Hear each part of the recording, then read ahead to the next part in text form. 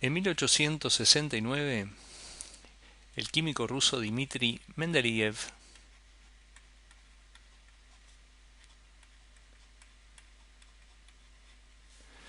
construyó el prototipo de nuestra actual tabla periódica.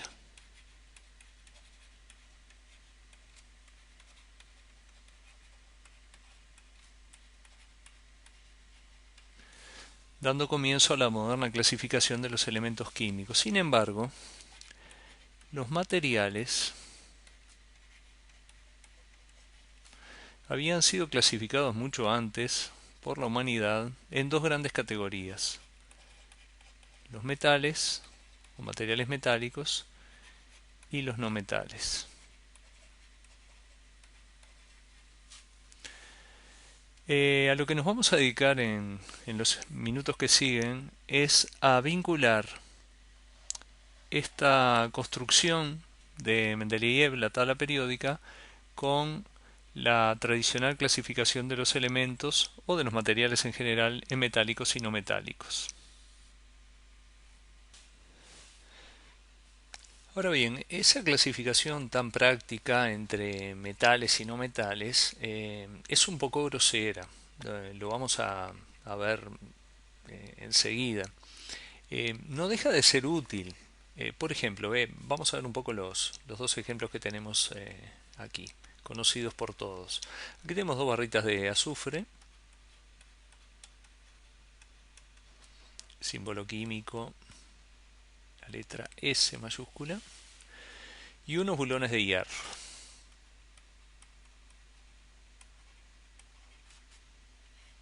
símbolo químico, Fe. Bien, el azufre tiene todas las características que asociamos generalmente con los no metales.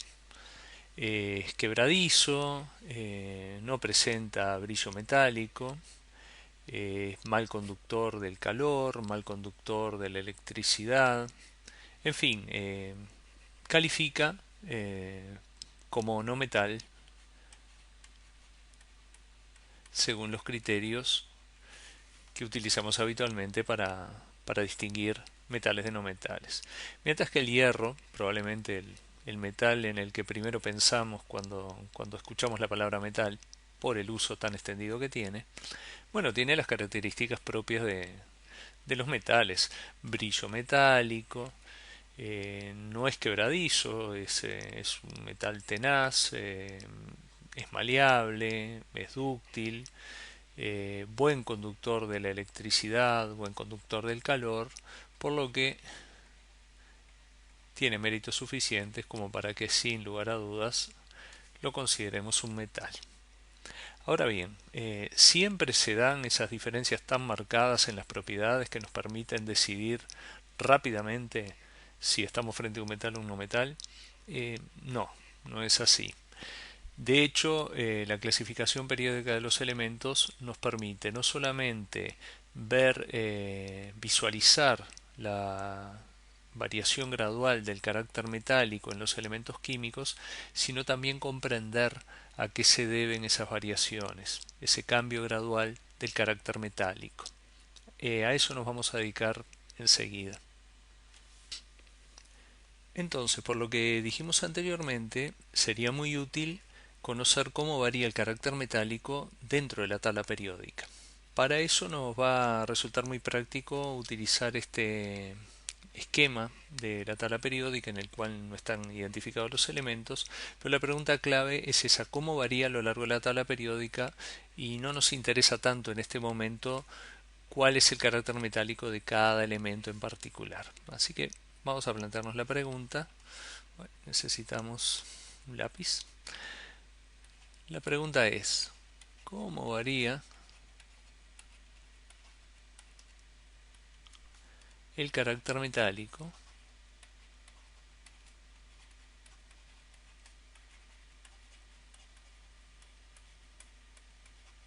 dentro de la tabla periódica?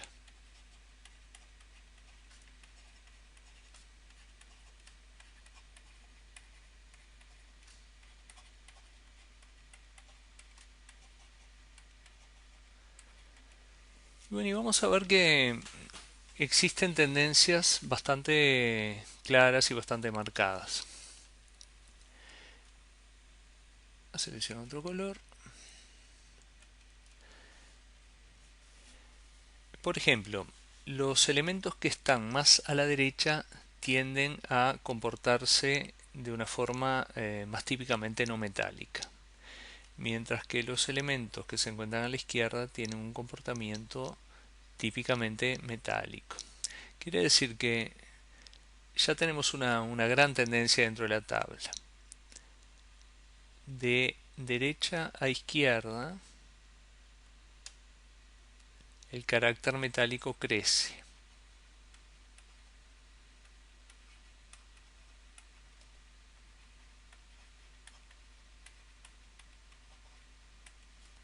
Crece, es creciente.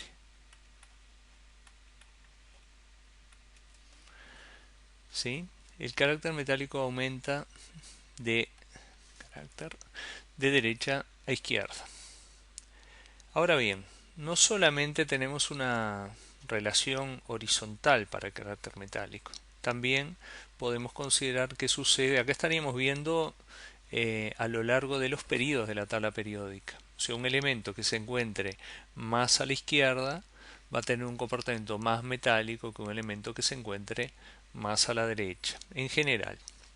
Ahora, ¿qué sucede a lo largo de un grupo de la tabla periódica? O sea, las columnas verticales de la tabla periódica, los grupos. Bueno, ahí también tenemos una tendencia bastante marcada.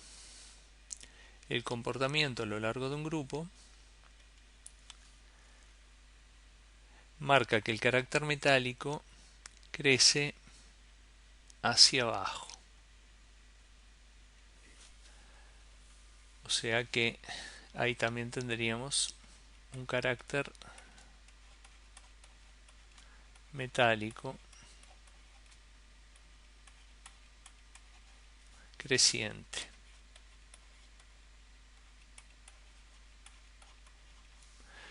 O sea, las dos flechitas coloreadas, la amarilla y la fucsia, indican hacia dónde crece el carácter metálico. Se puede concluir, evidentemente, que el carácter metálico, si lo tomamos en diagonal, va a ser mayor cuanto más a la izquierda y cuanto más abajo nos encontremos en la tabla periódica. Bueno, entonces lo que tendríamos que hacer es afinar un poco más el lápiz para tratar de responder en forma un poco más completa la pregunta que nos habíamos planteado. Ya sabemos que el carácter metálico va a aumentar si nos movemos en la tabla periódica en diagonal de la diagonal superior desde el extremo superior derecho al extremo inferior izquierdo. O sea, cuanto más abajo y cuanto más a la izquierda se encuentra el elemento, más metálico va a ser su comportamiento. Pero bueno, la pregunta que surge ahora es, bien, pero ¿existe algún límite? ¿Existe alguna región de la tabla periódica en la que haya una línea divisoria que me permita decir, bueno, a este lado de la línea el comportamiento va a ser metálico y a este otro va a ser no metálico? Bueno, vamos a ver que sí, que se ha establecido un criterio, pero que ese criterio no tiene un carácter demasiado absoluto. Vamos a dibujarlo en una forma como esfumada, la línea demarcatoria del límite entre metales y no metales. Este sería el límite en la tabla periódica que nos dice quiénes son metales y quiénes no metales. Los elementos que se encuentran a la derecha de esta escalerita serían elementos no metálicos, y los que se encuentran a la izquierda elementos metálicos. Esto sí, la división fuera tajante, pero bueno, esta línea así difusa, esfumada, pretende mostrar precisamente que no es así, que las diferencias son graduales, que los cambios son graduales a lo largo de los periodos y de los grupos, y que los elementos que se encuentran en esta zona tienen un comportamiento bastante ambiguo, se comportan a veces tienen algunas propiedades que pueden considerarse metálicas, otras que los acercarían más a los no metales. Bueno, tomando este criterio de división, podemos colorear la tabla periódica a efectos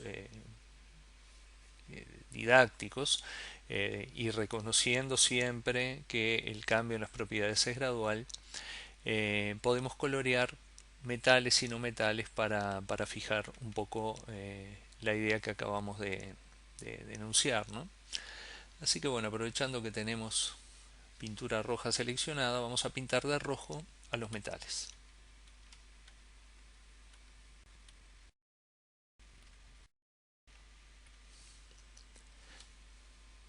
No olvidemos que este sector de la tabla periódica también está formado por metales. Es bueno recordar que la tabla periódica se representa así por un tema de comodidad para la impresión. Estos dos fragmentos de los periodos 6 y 7 tendrían que estar incluidos dentro del cuerpo central de la tabla. Por comodidad se los incluye debajo. Hay algunas propiedades que también justifican ese criterio, pero no vamos a entrar en ellas ahora. Bien, y ahora podríamos pintar de otro color los no metales. Vamos a elegir un color que no hayamos usado.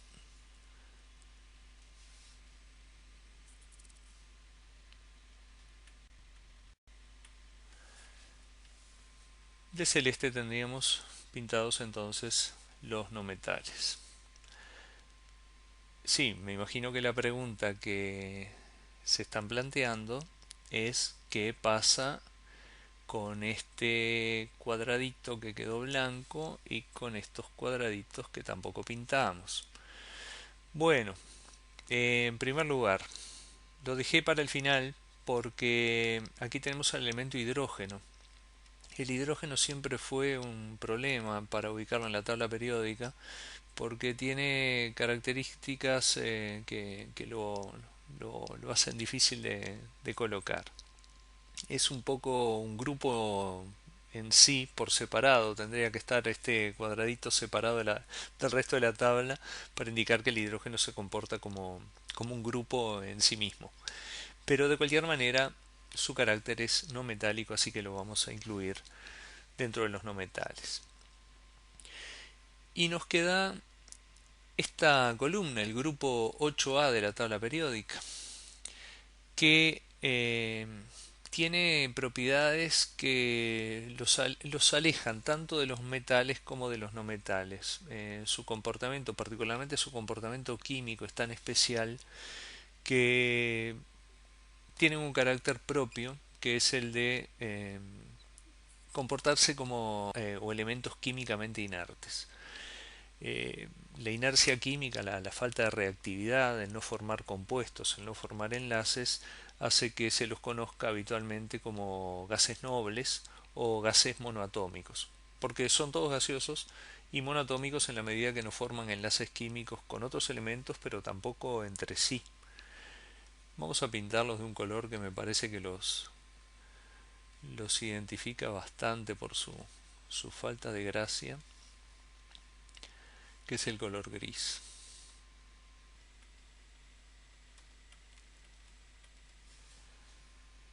Prácticamente no nos vamos a ocupar de ellos, salvo cuando tengamos que referirnos a la estabilidad química en la que tienen un papel importante como ejemplo de elementos estables.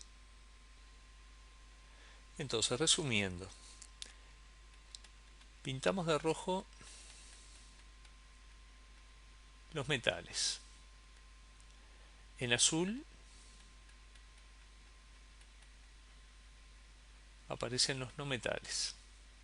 Y por último, pintamos de gris a unos elementos muy particulares que reciben el nombre de gases nobles o gases monoatómicos debido a su comportamiento inerte desde el punto de vista químico. Esta división, recuerden siempre que se trata de grandes sectores de la tabla periódica, pero que no indican que las variaciones en las propiedades metálicas sean abruptas, sino que se dan gradualmente a lo largo de los periodos y a lo largo de los grupos.